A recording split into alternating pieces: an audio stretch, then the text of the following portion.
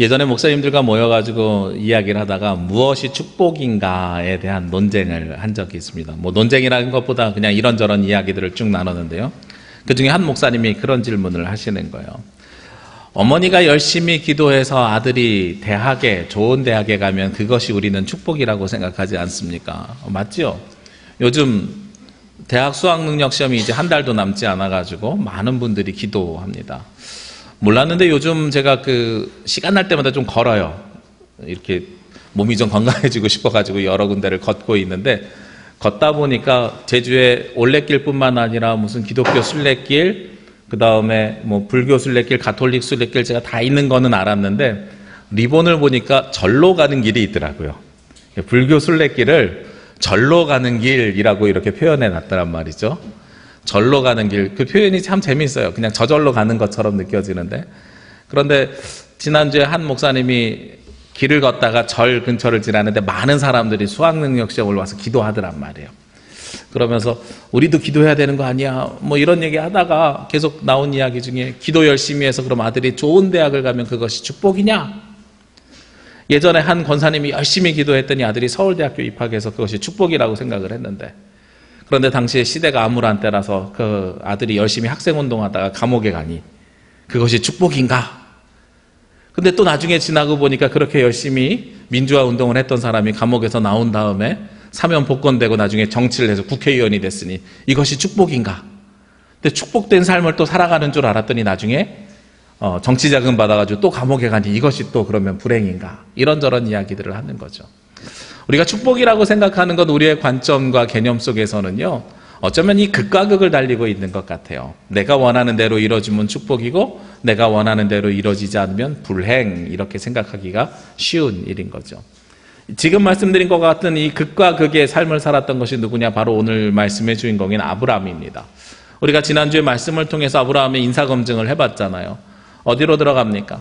자기가 가지고 있는 관점과 자기가 가지고 있는 생각에 따라서 애굽에 들어가서 그 애굽에서 무엇을 하면서 사냐면 누이 동생이라고 아내를 이야기하면서 문제를 일으키죠.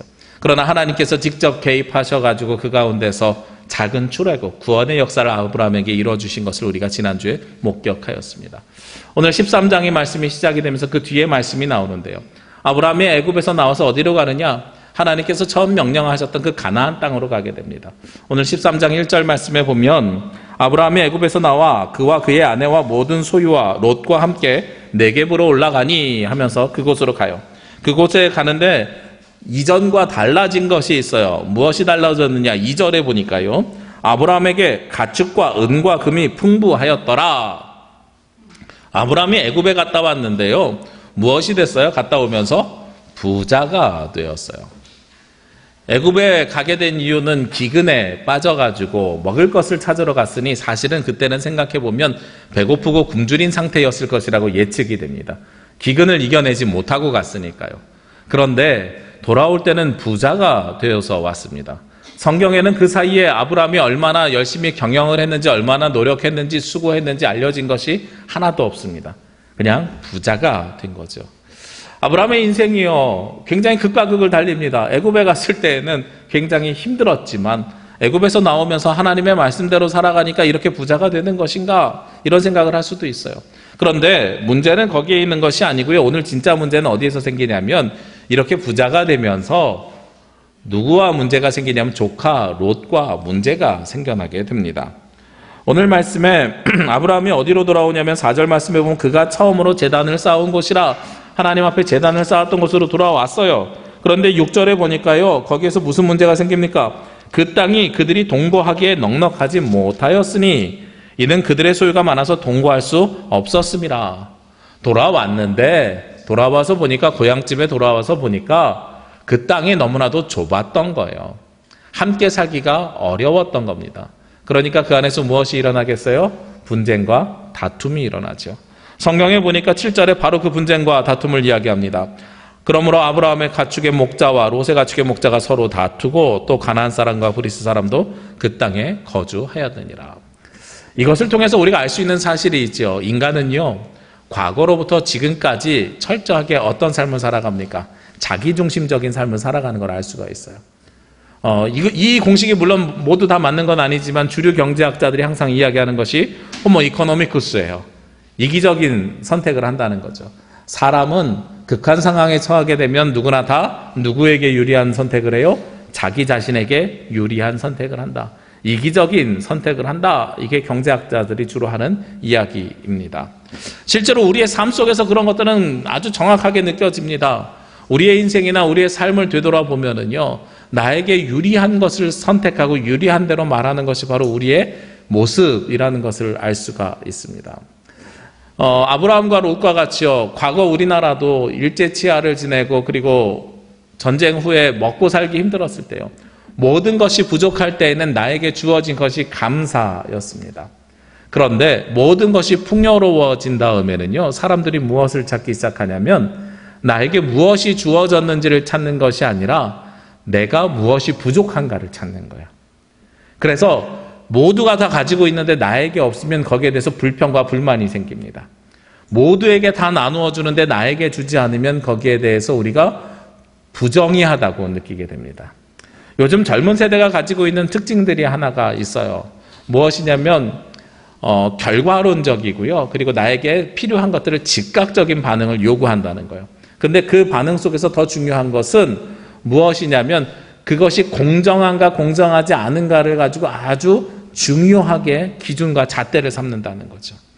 올 연초에 있었던 평창올림픽에서 아주 중요한 예가 하나 있었잖아요. 여자 아이스하키팀 남북 단일팀을 만들었더니 젊은이들이 대통령을 반대하고 지지를 철회하기 시작했어요. 왜 그랬습니까? 그들의 논리는 그렇죠. 열심히 수고하고 노력해서 우리나라의 대표팀이 됐는데 저 북한 선수들, 자격도 없는 선수들이 남북 단일팀이란 이유로 우리나라 선수들이 수고한 대표팀 자리를 빼앗았다. 노력하지 않고 수고하지 않고 빼앗았다. 그러니 이것은 부정의한 세상이고 공평하지 못한 세상이다 라고 하는 것이 요즘 젊은이들이 갖고 있는 관점이라는 거예요. 이 관점은 어디로부터 발생되게 되었습니까? 끊임없이 경쟁하는 시스템 속에서 나오게 된 거예요. 그래서 정해져 있는 재화는 똑같은데 저 친구가 많이 먹으면 내 것이 부족해져, 이런 관점을 요즘 젊은이들이 가지고 살아가고 있다는 겁니다. 우리나라 땅덩이가 똑같잖아요. 그렇죠? 땅덩이가 더 넓어질 수가 없죠. 같은 땅덩이를 가지고 있는데 옆에 있는 사람이 땅을 많이 사면 내가 살 수 있는 땅이 줄어드는 거예요. 이게 되게 재밌는 거예요. 뭐냐면 옆에 있는 사람이 돈이 많아서 땅을 사고 난 돈이 없어서 땅을 못 사는데 내가 나중에 그 땅을 살 수 있는 기회가 줄어드는 것만으로도 내 소유가 줄어든 것과 동일한 선상에서 놓고 이야기하는 거야. 요즘 대학이 문제가 생겼죠. 무슨 문제가 생겼냐면 고등학교 졸업하는 학생보다 대학 입학 정원이 늘어나는 것이, 더 많은 것이 문제죠. 그래서 매년 평가를 하고 있잖아요. 그래서 대학 입학 정원을 줄이라고 하고 무슨 뭐 자율 개선 대학이니 아니면 몇 등급이니 이런 이야기들을 하고 있단 말이죠. 그런데 그럼에도 불구하고 경쟁이 안 없어집니까? 경쟁이 그대로 있죠. 왜냐하면 사람들이 가고 싶어하는 한정된 학교, 한정된 학과에 몰려있기 때문에 다른 사람이 들어가면 내가 못 들어가요. 그래서 이제는 나에게 주어져 있는 것이 무엇이 있느냐, 이것을 가지고 서로 다투고 싸우는 것이 아니고요. 나에게 그 기회가 주어질 것이냐 주어지지 않을 것이냐도 우리가 다투고 싸우는 이유가 되어버린 것이 요즘의 세대라는 것이죠. 오늘 이 목자들이 싸우는데요. 목자들이 싸우는 가장 주된 이유가 무엇일까를 한번 생각해 보셨으면 좋겠어요. 당시에 유대인들은 유목 생활을 하는데 이때 가축을 키우는 개념이 우리나라에서 가축을 키우는 개념이랑 다릅니다. 저는 시골에서 살아본 적은 없습니다만 영화나 드라마를 보면은요, 우리나라에서 소를 키울 때 어떻게 키웁니까? 소가 우리에 기본적으로 있어요. 그리고 농사 짓는 분들이 풀을 베다가 꼴을 먹인다 그러죠. 여물을 이렇게 만들어가지고 그걸 갖다 먹여줍니다. 우리나라는 가축에게 음식을 해다 주는 스타일이에요. 그런데 당시 유대인들은 그랬을까요? 아니죠. 우리가 흔히 알고 있는 어떤 형태로 가축을 키웠냐면 방목이라는 형태로 가축을 키웠어요. 그래서 양들을 끌고 가서 양들이 스스로 먹게 하는 거예요. 이게 유대인들의 양육법이었는데, 그러면 목자의 입장에서는 이 양들을 어디로 데려가는 것이 좋겠습니까? 풀이 많은 곳, 풀이 먹기 좋은 곳, 동시에 무엇도 있어야 돼요? 물도 있는 곳. 이곳을 데려가는 게 좋은 거죠. 그러니까 오늘 이 땅이 좁았다, 거주할 곳이 좁았다라고 이야기하는 것은 양이 많아졌는데, 양이 많아지니까 놀랍게도 무슨 문제가 그 가운데 생겨나게 되냐면요, 양이 많아지니까 먹을 것이 줄어들어서 서로 경쟁하는 거예요. 누가 더 좋은 풀들을 먹일까라는 것을 경쟁하는 거죠. 그러다 보니까 싸움과 다툼이 일어나게 됩니다. 이 싸움과 다툼은 지금 우리가 가지고 있는 싸움과 다툼과 아주 동일한 모습으로 보여지게 됩니다. 제가 지난 주간에 어떤 책을 읽었더니 그런 이야기를 해요. 수렵과 채집의 삶에서 농사를 지으면 사람들이 풍요로울 것 같아서 농사를 지은 거예요. 수렵과 채집은요, 내가 많이 따면 많이 먹고 적게 따면 적게 먹는데, 농사라는 것은 땅덩어리 안에서 나오는 열매가 있으니까 이게 고정적이잖아요. 그래서 농사를 지으면 우리가 더욱더 풍요로워질 것이다 생각하고 사람들이 농사를 짓기 시작했는데, 놀랍게도 농사를 짓고 나서 오히려 기근과 굶어 죽는 사람들이 생겨났어요. 왜 그랬을까요? 수렵과 채집의 삶을 살 때는요, 사람들이 이 먹을 것을 구하는데 시간을 굉장히 많이 할애해야 돼가지고요, 자녀 생산이 줄었대요. 그런데 농사를 짓기 시작하면서 자녀 생산량이 늘어난 거예요. 그래서 음식이 늘어난 것보다 인구가 훨씬 많이 늘어났대요. 우리는 그런 생각하죠. 음식이 많아지면 우리가 평안해질 것이다. 그런데 음식이 많아지는 것보다 무엇이 많아져요? 인구가 많아지면 먹을 것은 더 없어지는 거죠. 이 상대적인 개념을 우리가 갖지 못하는 겁니다. 오늘 아브라함의 목자와 롯의 목자가 서로 다퉜던 것은 바로 이 상대적인 개념들 때문에, 서로가 더 좋은 것을 우리 양에게 먹이고 싶어하는 욕심과 욕망 때문에 다툼이 벌어진 거죠. 모두가 더 덜 먹으면 괜찮은데. 그런데 여기에서 아브라함이 그것을 보다 못해서 방법을 제안합니다. 오늘 8절 말씀해 보니까 아브라함이 롯에게 이르되 우리는 한 친족이라 나나 너나 내 목자나 내 목자나 서로 다투게 하지 말자. 아브라함이 생각할 때는 우리가 모든 한 가족이니까요, 다투는 것이 좋은 게 아닌 거예요. 그래서 아브라함이 방법을 제시합니다. 그 뒤에 9절에 내 앞에 온 땅이 있지 아니하냐, 나를 떠나가라. 내가 좌하면 나는 우하고 내가 우하면 나는 좌하리라. 아주 유명한 말씀하죠. 내가 우하면 나는 좌하고 네가 좌하면 나는 우하리라. 저는 이 말씀을 보고 나서요, 아브라함이 참 양보를 많이 했던 신앙인이구나, 예전엔 그렇게 생각을 했습니다. 근데 이번에 말씀을 준비하면서 두 가지 의문이 생겼어요. 첫 번째 의문은요, 둘이서 갈라서기로, 다투니까 갈라서기로 작정했잖아요. 이 갈라서기로 작정한 것이 분열일까 분립일까 하는 의문을 갖게 됐어요. 둘이서 싸워서 갈라서는 것이 분열일까 분립일까? 왜 이런 고민을 해보게 되냐면, 이제 한국 교회가 지금까지 성장하면서요, 어떤 학자들은 그런 이야기를 해요. 한국 교회가 성장하게 된 가장 커다란 원인과 이유 중에 하나가 분열을 했기 때문이다. 우리나라에 보면 엄청나게 많은 종파, 교단이 존재합니다. 장로교, 감리교, 침례교, 성결교, 성공회, 뭐 이런 종단들이 존재해요. 그죠? 그 중에 가장 많은 종단이 어디에 있냐면 장로교 안에 있습니다. 장로교는 크게 저희가 속한 한국기독교장로회와 대한예수교장로회로 나누는데, 저희 한국기독교장로회는 그래도 하나예요. 근데 대한예수교장로회는 통합과 합동, 장신대와 총신대로 대표된 이 두 가지만 있는 게 아니라 고신, 백석, 대신, 개혁, 개신, 문화관광부에 이게 등록되게 돼 있는데요. 법인이 등록돼 있는 대한예수교장로회만 한 3년 전 통계로 214개였어요. 그러니까 엄청나게 많은 분열을 한 거죠. 이 분열을 통해서 교회가 성장했다고 보는, 한국교회가 성장했다고 보는 분들도 계십니다.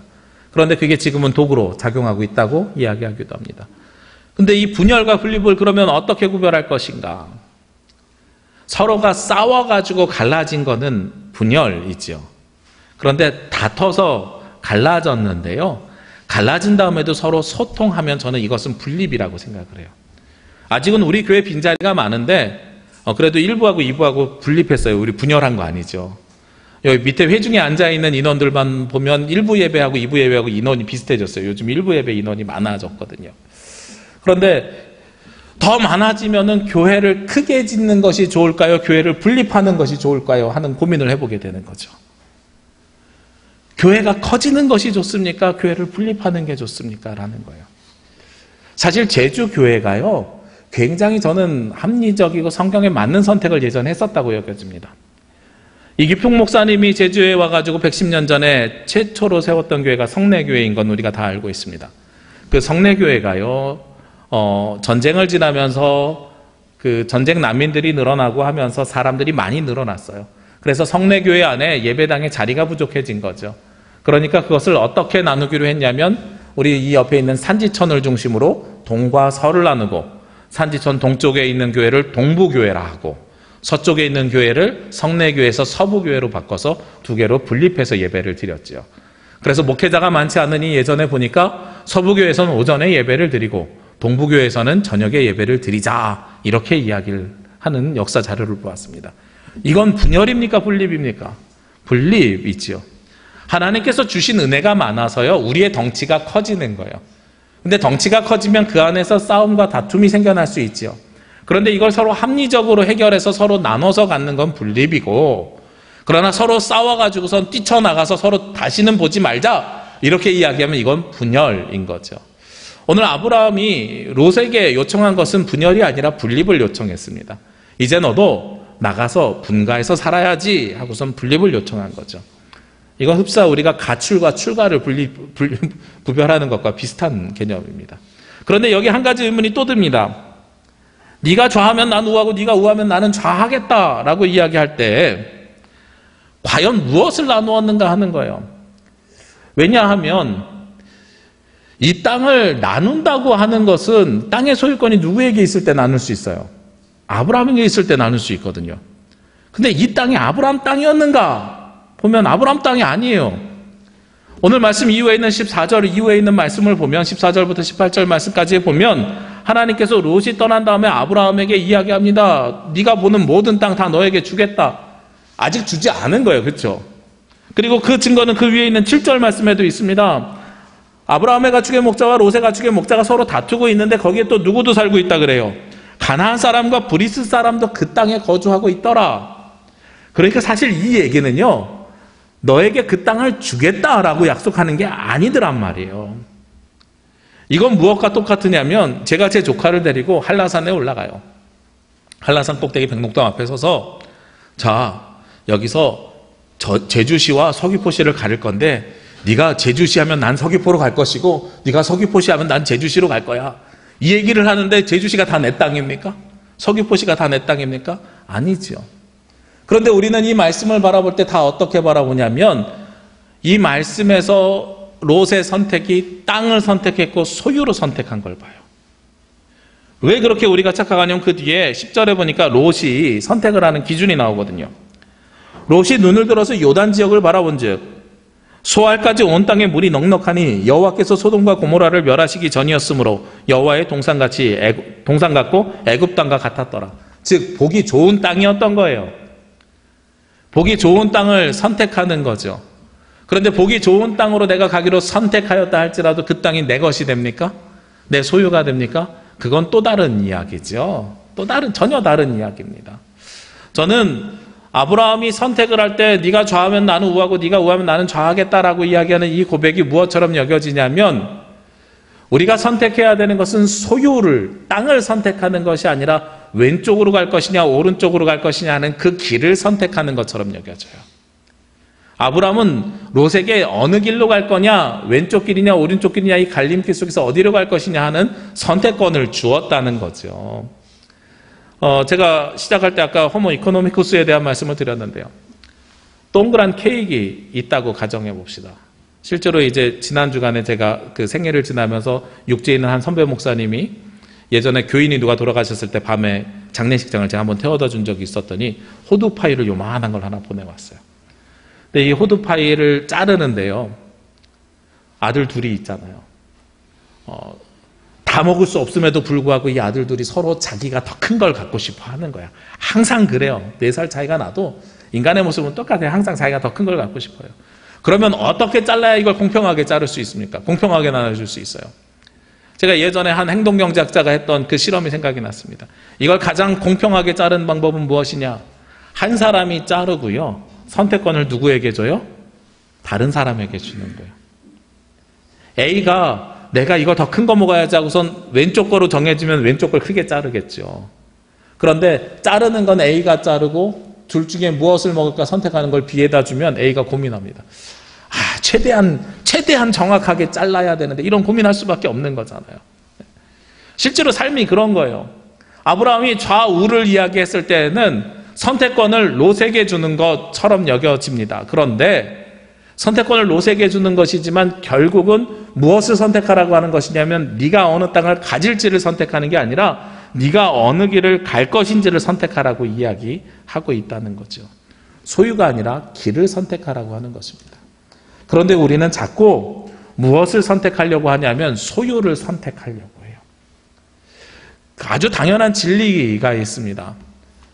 이렇게 물이 많고요. 그 다음에 애굽 땅과 같았더라. 모든 것이 넉넉하더라. 이런 땅은요. 무엇이 필수적으로 동반됩니까? 내 것이 아니면 내가 그 안에 들어가서 그만큼 힘든 경쟁을 하는 것이 필수적인 요소입니다. 제가 지난 주간에도 총회 생활보장제 회의를 갔어요. 이번에 총회가 끝나니까 공천이 새로 돼서 위원들이 막 바뀌어서 올라오신 거예요. 그래서 오랜만에 만난 선배 목사님들도 있고 이런데 매년 새로 오시는 분들한테 듣는 이야기가 그거예요. 제주에서 올라가면은 일단 모든 모임의 기도는 한 번씩 합니다. 가장 먼 곳에서 온 목사님이 기도하시겠습니다. 그래서 제가 기도하고요. 그리고 나서 그 다음에 이야기하고 다 끝난 다음에 차 한잔 마시면서 목사님들이 이야기하시는 게 어떻게 하면 비행기를 싸게 살 수 있어요? 이런 걸 물어봐요. 제주에서 왔다니까 오늘 얼마에 올라왔어요? 그래서 올라올 때 35,000원, 내려올 때 한 4만 원 이렇게 다닙니다. 그랬더니 오, 싸네. 어떻게 하면 싸게 살 수 있어요?를 물어봐요. 목사님 언제 오고 싶은데요? 이렇게 여쭤보면 우리야 월요일 날 아침에 이왕 가는 거 일찍 가서 제주에서 잘 놀다가 이렇게 목요일이나 저녁에 늦게까지 이렇게 있다가 오면 좋겠는데요. 목사님 그때가 제일 비쌉니다. 제일 비싼 건 언제가 비싸냐면 금요일 날 퇴근하고 비행기 타서 주일날 밤에 올라가는 게 제일 비쌉니다. 모두가 다 금토일 제주 여행 왔다 올라가는 거니까요. 저 담임 목사 취임식 할 때 저희 부모님 주일날 행사 끝나고 집에 올라가는 비행기 못 구하셨어요. 이런 말씀 꼭 드려요. 그 다음에 비싼 데가 언제냐? 월요일날 아침표 비싸요. 모두 다 아침에 일찍 다니고 싶어 하거든요. 근데 목사님은 어떻게 그렇게 싸게 옵니까? 우리는 모두가 안 다니는 목요일날 다니잖아요. 목요일날 아침에 일찍 서울로 올라가는 표는 비어 있어요. 왜 그래요? 사람들이 생각이 그렇죠. 이왕 육지에서 제주도로 놀러 오는 거 아침에 일찍부터 가서 놀다가 숙소 잡고 저녁에 들어갔다가 체크인하고 나와서 끝까지 놀다가 렌트카 반납하고 올라가는 거죠. 그리고 목사님 점심시간 저녁시간 피해서 이왕 오는 거 밥 먹고 비행기 타야지 혹은 육지에 도착해서 밥 먹어야지 이러면 그거 비싼 표예요. 네. 모두가 다 안 다닐 때 다녀야 싼 표입니다. 이렇게 말씀을 드리면 그럼 못 가겠네요. 이런저런 이야기들을 하세요. 그래서 제가 목사님들한테 제안드리는 일정이 그런 일정이거든요. 주일날 밤에 내려오시는 분들 별로 없어요. 주일날 예배 끝나고 오셨다가 수요일날 아침에 일찍 올라가세요. 그리고 수요 예배 교회 가서 인도하시면 됩니다. 이틀만 계시면 됩니다. 이런 말씀을 꼭 드리는데 무슨 이야기를 드리고 싶은 거냐면 모두가 먹고 싶어하고 모두가 갖고 싶은 거하고 모두가 보함직하고 좋아 보이는 것들은요. 필수적으로 무엇을 동반합니까? 경쟁을 동반하는 거죠. 그러면 그 경쟁 속에선 싸움과 다툼이 있는 거죠. 오늘 아브라함의 목자와 롯의 목자가 한 곳에서 서로 자기 양에게 좋은 것을 먹이기 위해서 다퉈서 분립하기로 했는데 결국은 분립하면서 선택하는 것이 롯은 무엇을 선택했어요? 실제로는 더 심한 경쟁을 선택한 거죠. 더 심한 경쟁을 선택한 거죠. 그럼 그곳에서는요, 더 쉽지 않은 인생이 열려지게 됩니다. 그럼 반대로요, 아브라함은 뭘 선택했습니까? 북쪽을 기준으로 보았을 때는 롯은 어느 편이었을까요? 요단 동편을 선택한 거예요. 아브라함은 서편을 선택한 거예요. 그러면 롯은 우파고 아브라함은 좌파고 이렇게 되나요? 그게 아니죠.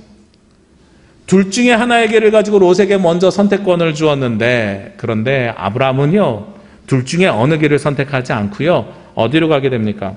오늘 말씀 뒤에 있는 18절 말씀에 보면 아브라함이 장막을 옮겨 헤브론에 있는 마물의 상수리 나무 숲으로 이르러 거주하며 거기서 여호와를 위하여 제단을 쌓았도다.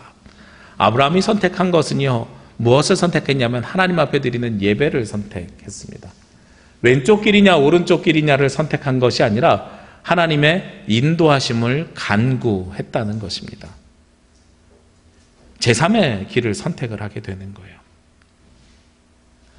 롯이 선택하고 남은 길을 선택했다는 표현이 없어요. 롯이 선택하고 롯은 떠났어요. 그리고 나서 아브라함은 그러면 다른 길로 떠났더라 해야 되는데 다른 길로 떠나는 것이 아니라 하나님 앞에 상수리 나무 아래서 예배를 드렸더라 하는 것이 제일 먼저 나오더란 말이죠. 그러니까 롯은 소유를 선택해서 갔는데 아브라함은 무엇을 선택했냐면 하나님께서 인도하시는 길을 선택한 거죠. 그래서 하나님 앞에 그걸 맡긴 거죠. 아브라함이 무슨 체험이 있었습니까? 자기가 선택해서 가나안 땅에 기근이 들었을 때에 애굽에 갔더니요, 애굽 사람이 자기를 죽이려고 할 것 같아요. 아내를 빼앗아 가기 위해서. 그러니 아내이면서 누이 이복 동생이었던 사라에게 거짓말을 시키잖아요. 당신이 내 아내인 걸 말하지 말라고, 누이인 것만 말하라고. 그랬다가 하나님께서 역사하셔서 직접 개입하셔서 아브라함을 통하지 않고 아브라함이 기도하거나 간구하지도 않았는데 바로에게 직접 역사하셔서 출애굽을 시켜주시잖아요. 그것을 경험한 아브라함은 결국은 무엇을 선택할 수밖에 없었느냐? 내가 걸어가는 길은 내가 선택하는 길이 아니라, 내가 걸어가야 되는 것은 나의 소유나 목적을 향해서 가는 것이 아니라 하나님께 맡기는 것이 가장 최선의 선택임을 아브라함은 알게 된 거죠. 몸으로 경험하고 체험하게 된 거죠. 행동경제학자들이 쓴 책 넛지라는 책이 있습니다. 넛지라는 개념이 바로 어떠한 일이 있을 때 그냥 옆구리를 쿡쿡 찔러서 주의를 환기시키라, 이런 단어의 뜻인데, 이 넛지가 잘 활용된 예가 바로 그런 거예요. 이솝 우화에서 바람과 해가 싸우잖아요. 사막을 걸어가는 한 남자를 보고 바람이, 나는 바람으로 저 사람의 옷을 벗길 수 있어. 그랬더니 해님이, 네가 이기나 내가 이기나 해보자. 그래서 바람을 열심히 불잖아요. 물리적인 행동을 취하죠. 근데 그 옷이 벗겨집니까? 아니죠. 바람이 세질수록 사람은 더 옷깃을 더 깊이 여미게 되잖아요. 그런데 햇빛은 어떻게 해요? 자기의 힘과 능력으로 사람의 옷을 벗기는 것이 아니라 그냥 뜨겁게 했더니 사람이 스스로 옷을 벗잖아요. 넛지라는 게 바로 그런 거예요. 사람이 이렇게 선택할 수밖에 없는, 행동을 변화시키는 선택을 이끌어내는 것이 바로 넛지거든요. 넛지의 대표적인 예가 바로 그것입니다. 남자들이 화장실에 가면 소변기가 있어요. 요즘 가정에서 그런 것들 가지고 논쟁도 하는데, 화장실에서 소변 볼 때 앉아서 싸라, 서서 싸라. 왜냐하면 이것이 튀어서 냄새가 난다, 뭐 이런저런 이야기들이 있잖아요. 예전에 화장실에 가면은 뭐 꽁초는 어디다가 꼭 버려주시고 뭐 하시고 이렇게 푯말들이 많이 붙어 있었어요. 그리고 가장 신선하게 봤던 것 중에 하나가, 남자가 흘리지 말아야 할 것은 눈물만이 아닙니다, 뭐 이런 표어도 봤었어요. 근데 요즘 넛지의 개념을 가지고선 이 문제를 해결했죠. 어떻게 해결했냐면 화장실 변기에다가 파리 한 마리를 그려놨거든요. 그랬더니 남자들이 가지고 있는 특징이 하나가 있는 거예요. 소변을 보면서 그 파리를 자꾸 맞추려고 그래요. 조준해서 싸요. 그러니까 이게 밖으로 튀지 않는 거예요. 이게 어떤 개념이에요? 넛지의 개념이에요. 당신 이거 하면 안 됩니다, 저거 하면 안 됩니다, 이렇게 하면 안 됩니다 라고 이야기하는 것이 우리 보통 사람들의 개념이었다면, 선택을 그렇게 스스로 다른 선택을 할 수밖에 없는 환경을 만들어주는 것, 이게 바로 넛지의 개념이라는 거예요. 왜 이 개념을 말씀드리냐면, 아브라함이 하나님 앞에 예배드린 행위가 저는 이 넛지의 개념이었다고 생각합니다. 넛지를 이미 알고 있었던 거예요. 내가 선택하기에 왼쪽 오른쪽 둘 중에 뭐가 좋은지 나쁜지를 머리로 계산할 수 있겠지요. 판단할 수 있겠지요. 우리 계산기 두들겨 보면 그 정답이 나오지요. 그런데 그 정답은 항상 맞는 정답이냐? 아니지요. 시작할 때 말씀드렸던 거 있잖아요. 권사님이 열심히 기도했더니요, 좋은 대학에 갔어요. 그게 정답입니까? 아니요. 좀 있다 보니까 또 감옥에 가요. 그럼 이건 또 불행한 삶입니까? 아니죠. 우리의 인생이 계속해서 바뀌어요.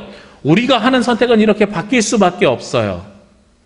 우리가 하는 선택은 이렇게 바뀔 수밖에 없어요. 지금 당장 내 눈앞에 보암직하지만 이것이 나중에 언제 독이 되어서 나에게 올지 모르는 선택이에요.